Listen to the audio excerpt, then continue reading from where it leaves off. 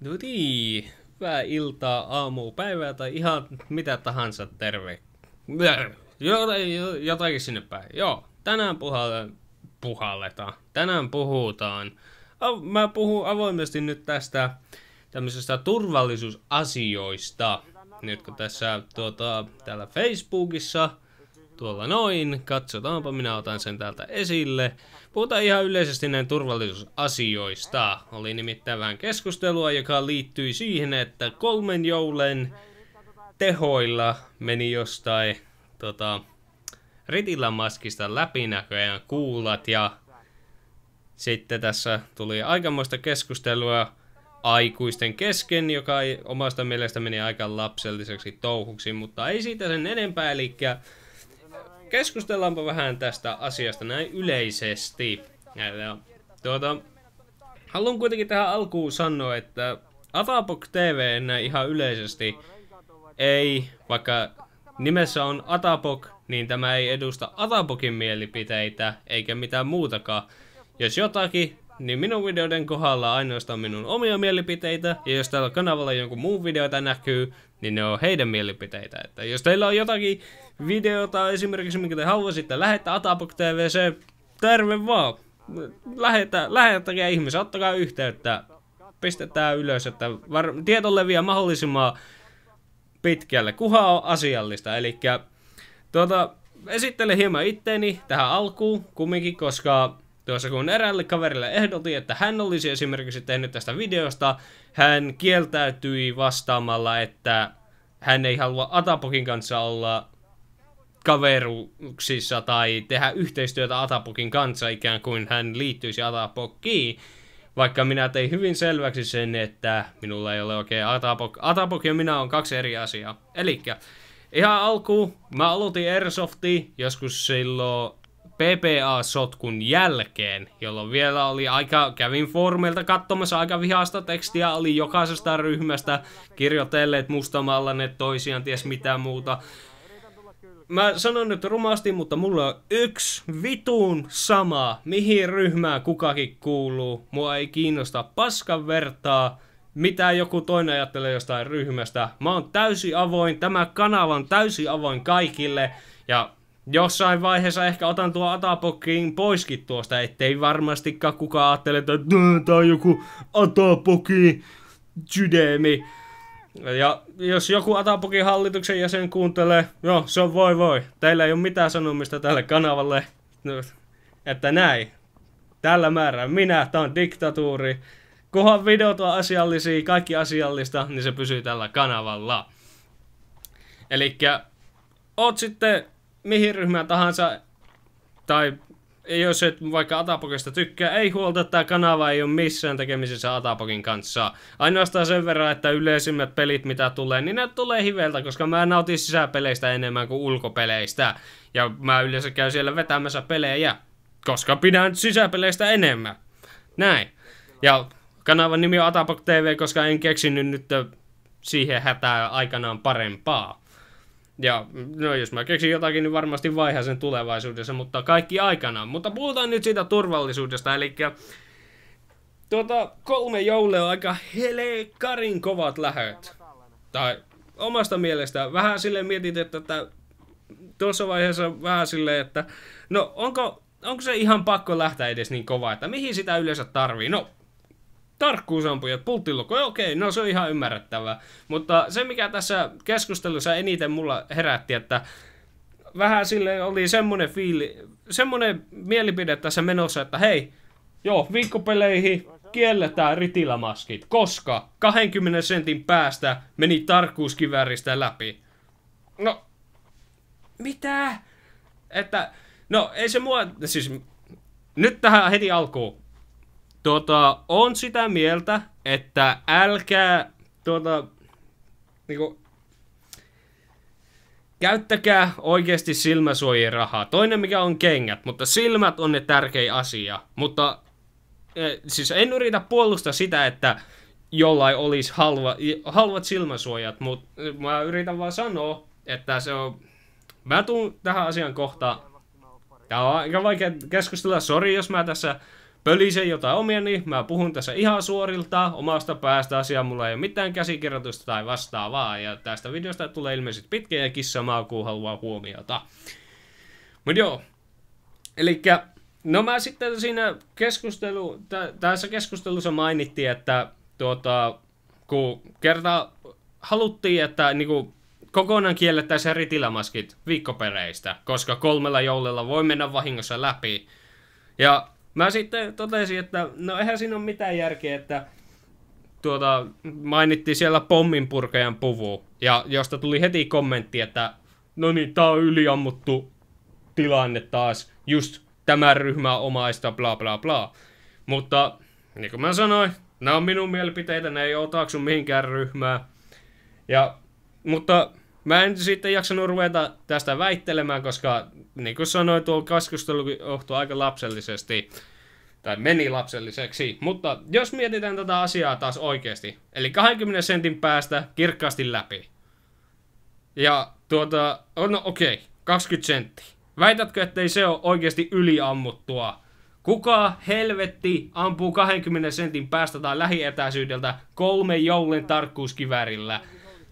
Toki vahinkoja sattuu, mä en sitä kiellä. Tai siis en yritä peittää, mutta mietitään hetki, minkä takia näitä vahinkoja sattuu. Ja miten voisi tulla 20 sentin päästä naamalle? Ja mietitäänpä vähän, jos oikeasti lähietäisyydellä sattuu vahinko, ei ainoastaan silmät ole aineet, mitkä menee siinä, jos se osuu johonkin. Se on ihan sama, mihin se osuu. Se aiheuttaa ihan jumalatonta vahinkoa. Ja varsinkin naama-alueella. Varmasti menee hampaat paskaksi. Ja jos joku on minun hampaita koskaan miettinyt, että miten ihmeessä ne on paskassa kunnossa, mä en ole vaan pitänyt niistä huolta. Airsoftissa ei ole mulla mennyt mitään hampaita. Täysin, en ole harjannut, en mitään. Minä on mennyt tässä, on pitänyt hyvä, helvetin huonoa huolta niistä, sen takia mun hampaat on aika paskan näköisiä. Mutta näin, että toki vahinkoja sattuu, mutta silloin ennen kuin mä itse aloitin, mulla oli tämmönen tilanne, että mä asuin vielä, tai siis mä olisin aloittanut Airsoftin vuosia sitten, kun mä asuin vanhempien lykönä, mutta mulla oli tämmönen ongelma. Mua ei tuettu harrastuksessa ollenkaan. Veljillä oli jääkiekko, jota se ei jaksanut pelata. Siskolla oli lentopallo, sitä tuettiin. Molempia tuettiin, vaikka kumpainenkaan ei oikein kiinnostanut touhia. Mulla ei ollut harrastusta, koska mä olin lopettanut lentopallo.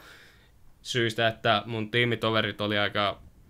No, sanotaanko, että joku henki ei meidän välillä toiminut, eikä mä niitä kuvioita muutenkaan oikein otaksunut. Mutta sen takia lopetin lentopallon ja oli sitten... Ei ollut harrastusta ja mä, että hei, tää Airsofti, mä haluaisin tätä aloittaa ja heti alkuun, että joo, maksa itse koko touhu, että sua ei lähetä tässä tukemaan eikä liiemmin sen kummemmin missään muussakaan harrastuksessa. Ja nyt tullaan siihen asiaan, että mitä helvettiä tällä minun menneisyydellä on tekemistä tämän asian kanssa. No, kun ei saisi tinkiä silmissä.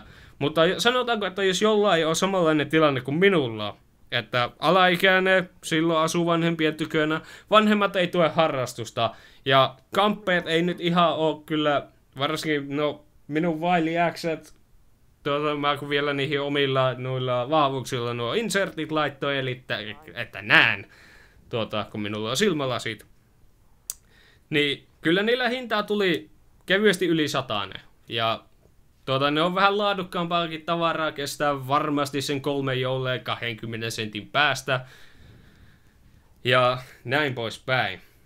Mutta, no mistä, kun mua ei tueta ja sitten, että joo, tuossa olisi 100 tuommoiset kestävät lasit. Ase maksaa, no riippuen nyt mitä asetta, kattoo ihan maltaita ja muut kamppeet siihen päälle vielä. Ja sitten sanoin, että joo, sinähän, että saat tämmöisillä maskeilla tulla pelaamaan. Jaha, kiitti. No niin, se siitä.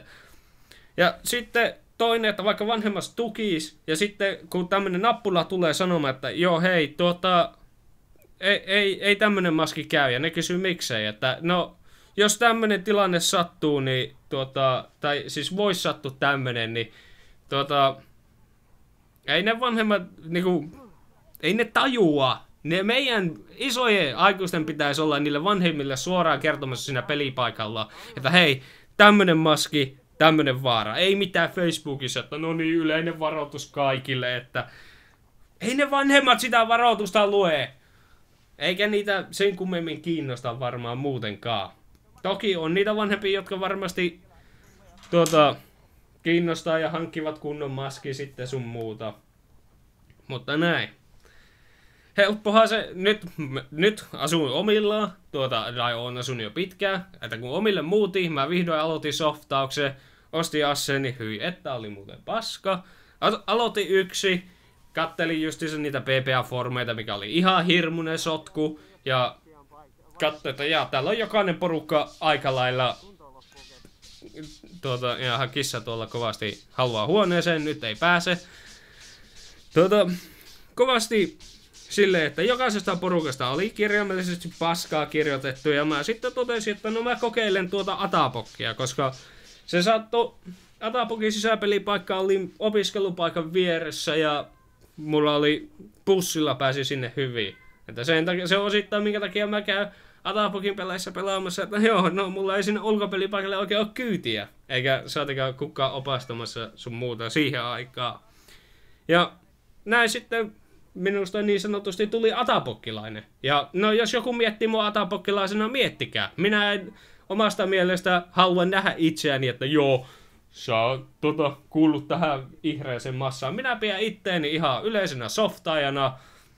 Jos joku haluaa leimata minut sen takia, että mä kannan jotakin tarralätkää, missä lukee, että Airsoft Team Apocalypse, niin se on teidän ongelma. Teillä on siis ihan hirmuinen ylpeyden joku juttu, mistä pitäisi päästä eroon.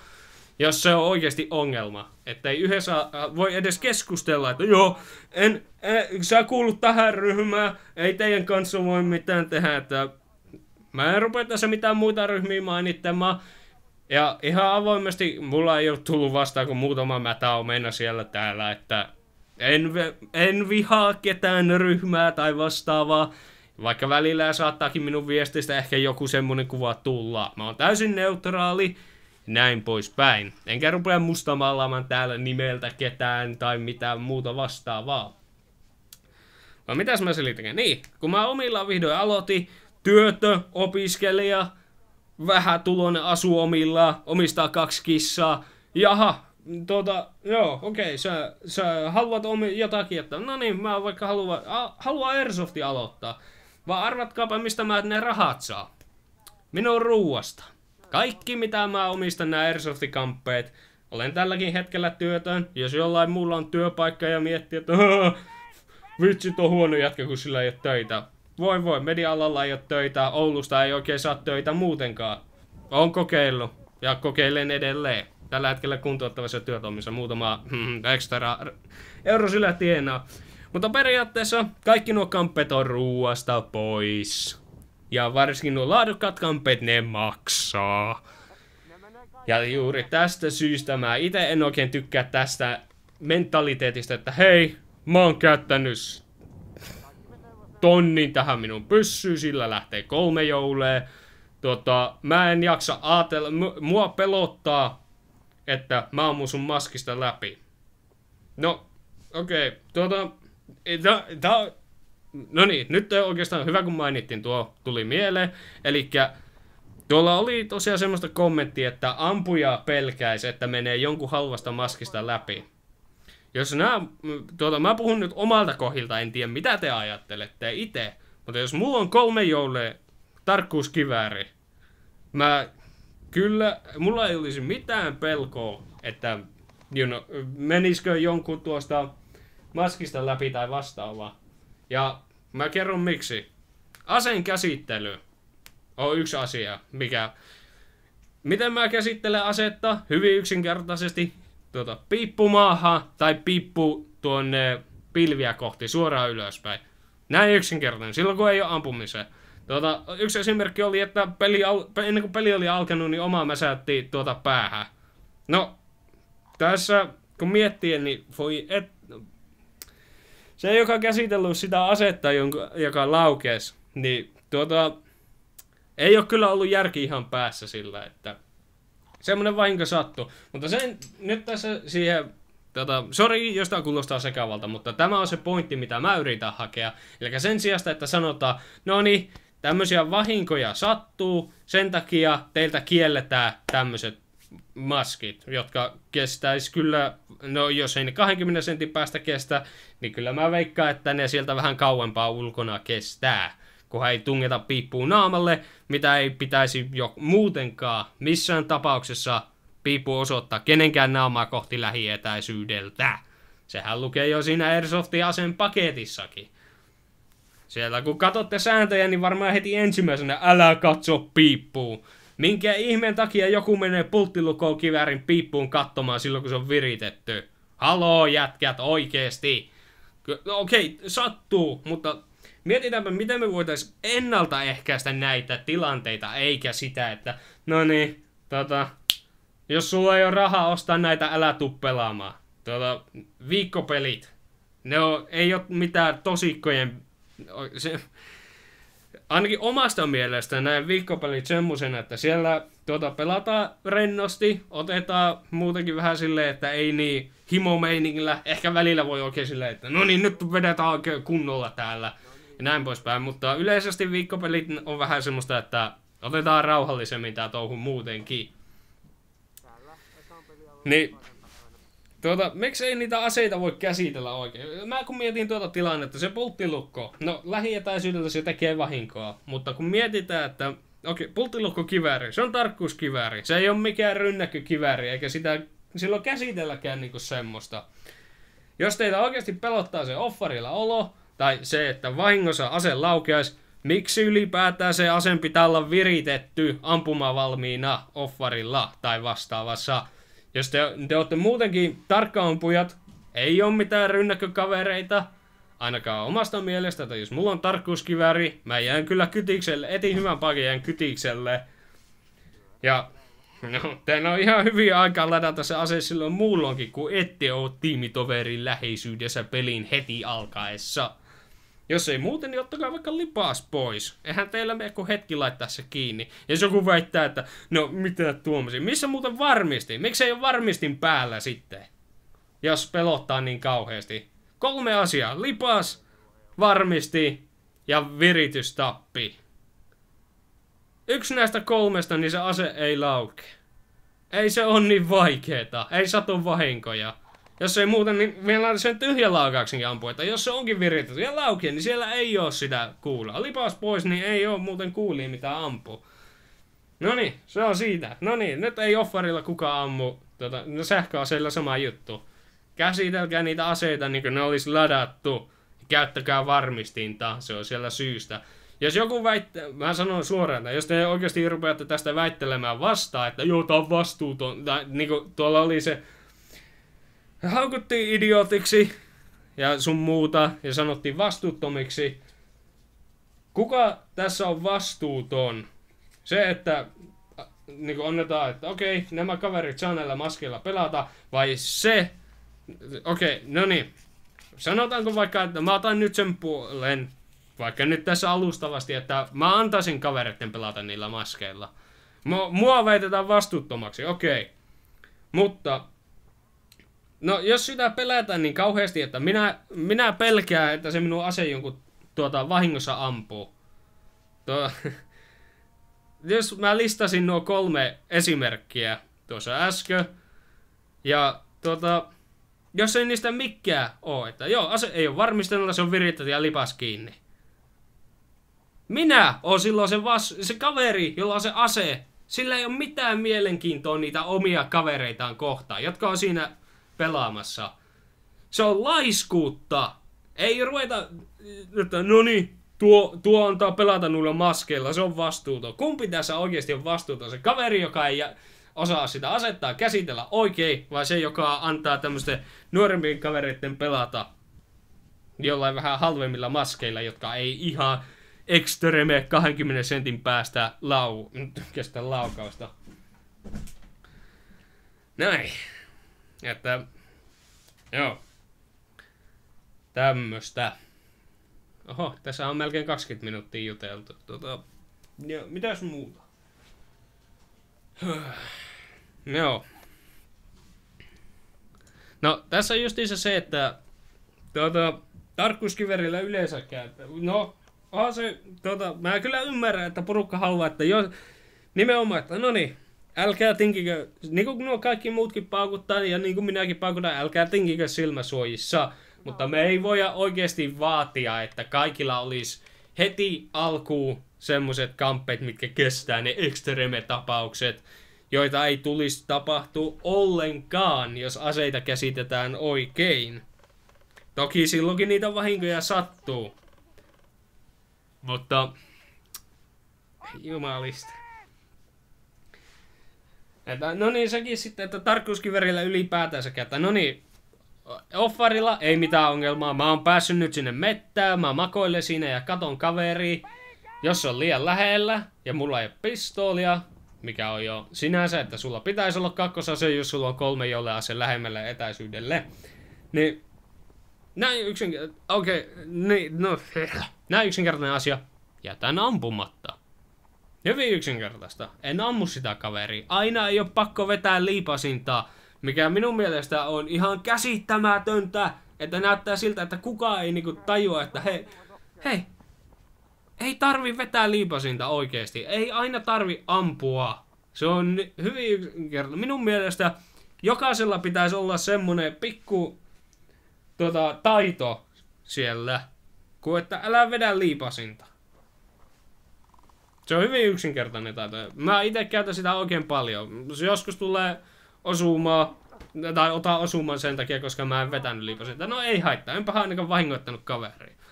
Mutta jos mä oon siellä, sanotaan, että nyt siellä kiväärillä, siellä on kaukana kohde. No okei. Nyt ei pitäisi olla kantaman suhteen mitään ongelmaa, ja maski vaikka olisikin halpa, kestää varmasti, kunhan ei ole mitään rakettia suojelaseja. Niin mihinkäs mä tähtään sitä kaveria? Kaikkialle muualle kuin päähän. Ja jos ei mitään muuta näy, ja mä tiedän, että mulla on helvetin vahva ase, niin kyllä mä jätän sen, että en ammu päähänkään. Mutta tietenkin joillakin on niin vakava ilmeisesti se tilanne, että on ihan pakko vetää sitä liipasintaa. Näin. Mutta, joo, eikäs siinä. Tässä on tämmönen minun pikku jaaritteluni. Kiitos teille, jotka jaksoitte kuunnella. Ja jos teillä on jotain omaa mielipidettä, niin kirjoittakaa tähän alle. Pistetään keskustelua pystyyn. Mitä kaikki itse miettii tässä. Elikkä, mutta pitääkää keskustelua puhtaana, nimittäin jos siellä tulee semmoista haukkumista sun muuta, eli puhutaan asiallisesti, ei mennä tommoseksi, mikä tuolla meidän Facebookissa meni, ihan yleinen Facebookki, että siellä ruvetaan haukkumaan sun muuta, että pidetään keskustelua asiallisena, jätetään tyhjät kommentit pois, että jos keskustelu pysyy puhtaana, yes, makeeta, näin se pitäisi olla, eikä mitään, että sä oot eri mieltä mun kanssa, painu hus helkkariin, kaveri, sulla on mitään asiaa tänne, ei mitään semmoista, mä poistan ne välittömästi. Pidetään asiallisena, pidetään aikuismaisena, niin, ei kai siinä sen kummempaa.